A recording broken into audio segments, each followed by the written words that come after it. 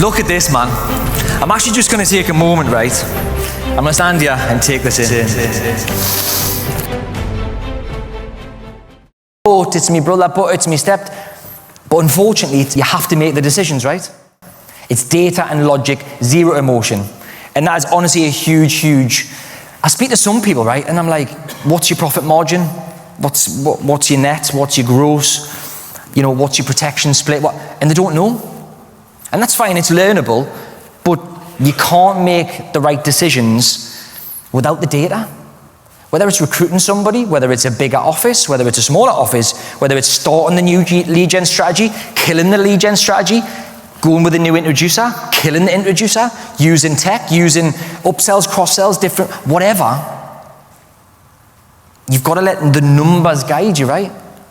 And I think just far too many people let emotion creep in. And emotion kills businesses. Emotion ruins businesses. As the business owner and the business leader, we have to make the hardest decisions. And sometimes it's as hard as sacking your own family. But I had to do it. It was the right thing for the business. And my brother actually came back and he's now still an advisor at Primus. But you get the point. You've got to know what to track, how to track it. Do you, hand on heart, have a good handle on those numbers?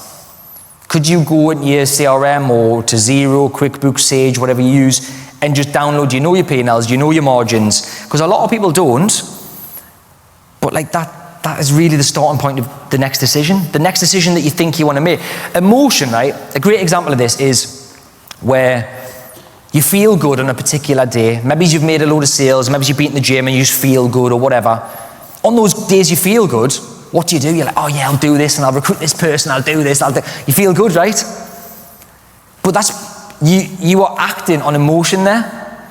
And on the flip side, when you've had a terrible day and you're like, oh, I can't be bothered, I hate this industry, I don't like selling life anymore, oh, I just want to, you're not going to scale your company when you feel, but that's emotion, yeah? It's using data to make the decisions, which is what is key. CRMs, P&L spreadsheets, all of that, your margins, your protection to mortgage ratio, all of that, it's important to know. Next up is expansion. So you've got a load of leads coming in, high quality, high volume, consistent, predictable. You're closing a load of them. Upsells, cross-sells, good case value. Your average client is worth a few quids. Operationally slick and quick. Good admin. It's no chaos, no compliance issues. You're retaining a good percentage so the business can thrive and reinvest and grow. You're getting around the right people, so you're keeping your sharpness, not losing it. You've got data that then make good decisions. Then, and only then, can you really expand safely. Yeah?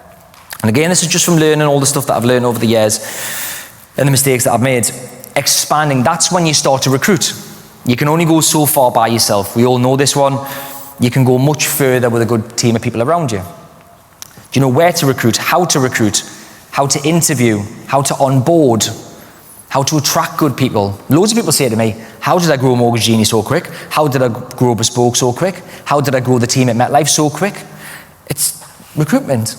It's having, again, all the stuff we've already talked about, but you've got to have a proper recruitment process. Every interview needs to be the same. And you need killer questions in your fact finding to sell more, but you need killer questions in your interview. And it's not, by the way, where do you see yourself in 5 years? What's your strengths and weaknesses? Do you not think they know the answers? They've planned those answers, therefore they'll half the time tell you a lie, won't they? So it's about having good recruitment, interview process, all of that, onboarding, build the culture. Then once you've got the people, it's about knowing how to manage them properly, how to do proper structured one-on-ones, how many weekly meetings do you do, what's the training platform look like, how often do you train, what do you train them on, in what order? There's a lot to it. And I've got lots to share on this topic. Build your organization chart. Your organization chart is you at the top, with then your key members underneath you. So whether that's in office manager, admin manager, sales manager, marketing manager, whatever that looks like, and then build downwards. Building your organization chart makes the business a proper business. It's then sellable. And building a winning culture. Now this is honestly one thing I think I just nailed at Bespoke. The culture, there was literally farmers, taxi drivers, hairdressers, right? The maddest occupations you can think of. Coming in, because I recruited them properly, trained them properly, they were making 100 grand year one. Yeah, and there was quite a few examples of that. Some of them making quite a bit more, helping loads of families. Yeah, one, because I had the culture. And every time you bring someone into that winning culture, what happens? They just become part of the culture. If you've got loads of negative Normans and people who are doing one sale a month, you bring a new person in, they're just going to go, oh, well, that's the standard. So you have to kill the people that aren't up to standard. Don't even recruit them in the first place. If you've got them, get rid of them and get killers in, get proper people in. That's how you build a proper business. And lastly, you build your net worth. So if you get all of that right, and I've always said that this is important, and I truly believe that it is, you've got to build your net worth outside of financial services, because ultimately something could happen. Trump, AI, all the mad stuff, Labour, reform, whatever is going on. Who knows what's going to happen to rates? Who knows what's going to happen to anything? But if you put all your eggs in one basket and all your money is in the business account, then you're at risk, right? Does anyone experience this? When you leave money in a business account, what happens? It gets spent on something, doesn't it? It just dwindles away. So you get it out, and I'm not going to get into whether it's property, whether it's investments, whether it's stocks and shares, bonds, pensions. I'm not going to get into it. But you ultimately grow your net worth for you and your family outside of the business, which then protects you. And when you're protected and you've got passive income and you've got other things going on, I believe it makes all this easier because there's no pressure. Who likes going back to zero on the first of the month? Nobody. Horrible, isn't it? You have a great month and then say, right, reset again.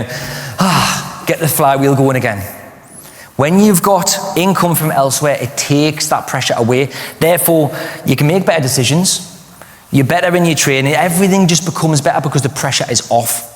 And I've done that via property, and there's loads of other ways to do that, and I'm certainly not going to get into what's best and give financial advice on the stage. But and that last point was just whether you want to retire, whether you want to exit, whether you want to sit back, whether you want to keep building. Like, some people just say to me, I just want to sell forever. TT, one of my best mates in the front, he'll just sell forever. Because he loves it that much, right? And any of those options is absolutely fine. But still building your net worth outside of it is key, because you never know what's around the corner. We all know that. And that's a business building framework, right? But don't know if anyone can see a trend. A hidden message in that. I'll show you what it is. L I O N S D E N. The Lion's Den. Now, the Lion's Den is part of stage 2. The Lion's Den is the first group of its type in the UK. The Lion's Den isn't just me. And the Lion's Den, I'm going to announce 3 names later on that you will not be expecting, that aren't from this industry, that are involved in in the Lion's Den. That aren't in financial services, but they're involved in the Lion's Den. These people, one's a billionaire. The other 2 people, I don't know the net worth, but I know that many, many millions, probably 100 plus. They are involved in this thing. This isn't me facilitating the Lion's Den, by the way, and I'm going to share with you exactly what the Lion's Den is later. But there'll probably be a moment where you say, how have you done that, Terry? A bit later on. I want to share with you who else is involved in the Lion's Den. It's the only group of its type. There's some very, very, very high profile people involved in it. I'm going to share exactly what that is a little bit later on. But it's the evolution of this thing. It's stage 2 of the 5 stages. Stage 1 is done, it's now stage 2. The Lion's Den is one part, there's multiple parts. I'm going to share them all with you a little bit later. The full spec will be revealed. I'll also give you access to the app. I'll show you how the app works, and I'll give you access to it for free if you're in the room a bit later on. I'm going to show you the AI tool and explain exactly what that is later on. I'm going to explain more of stage 2 and what that looks like. But before we go to the panel, I just want to leave you on a thought for a second. I want you to imagine that your life was like a game of poker, and you're sitting at this poker table with a nice suit on or dress, and you're sitting at this poker table of life, right? Imagine yourself now, nice casino, nice atmosphere, you're sitting there. And the dealer slides over 1,020 chips to you. Yeah, okay. And once you've used those chips, you can never, ever, ever get them back.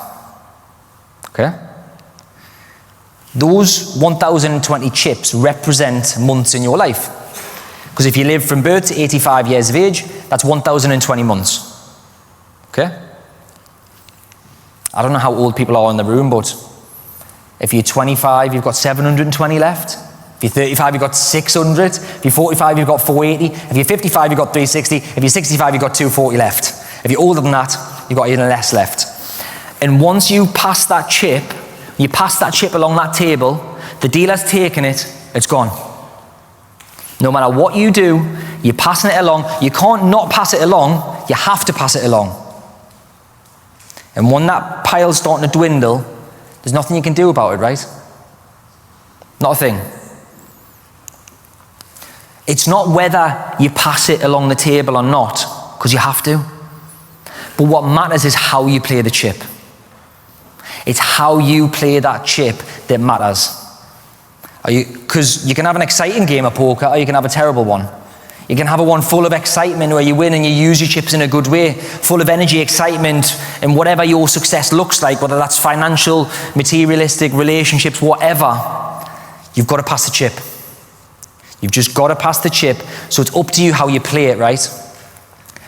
I believe, and I don't think I'm alone in this, based on all of the factors that are happening right now, artificial intelligence, Trump, elections, rates, lots of things going on, the next 12 months or chips could be really, really important, right? The next 12 could determine the next 120, the next 10 years.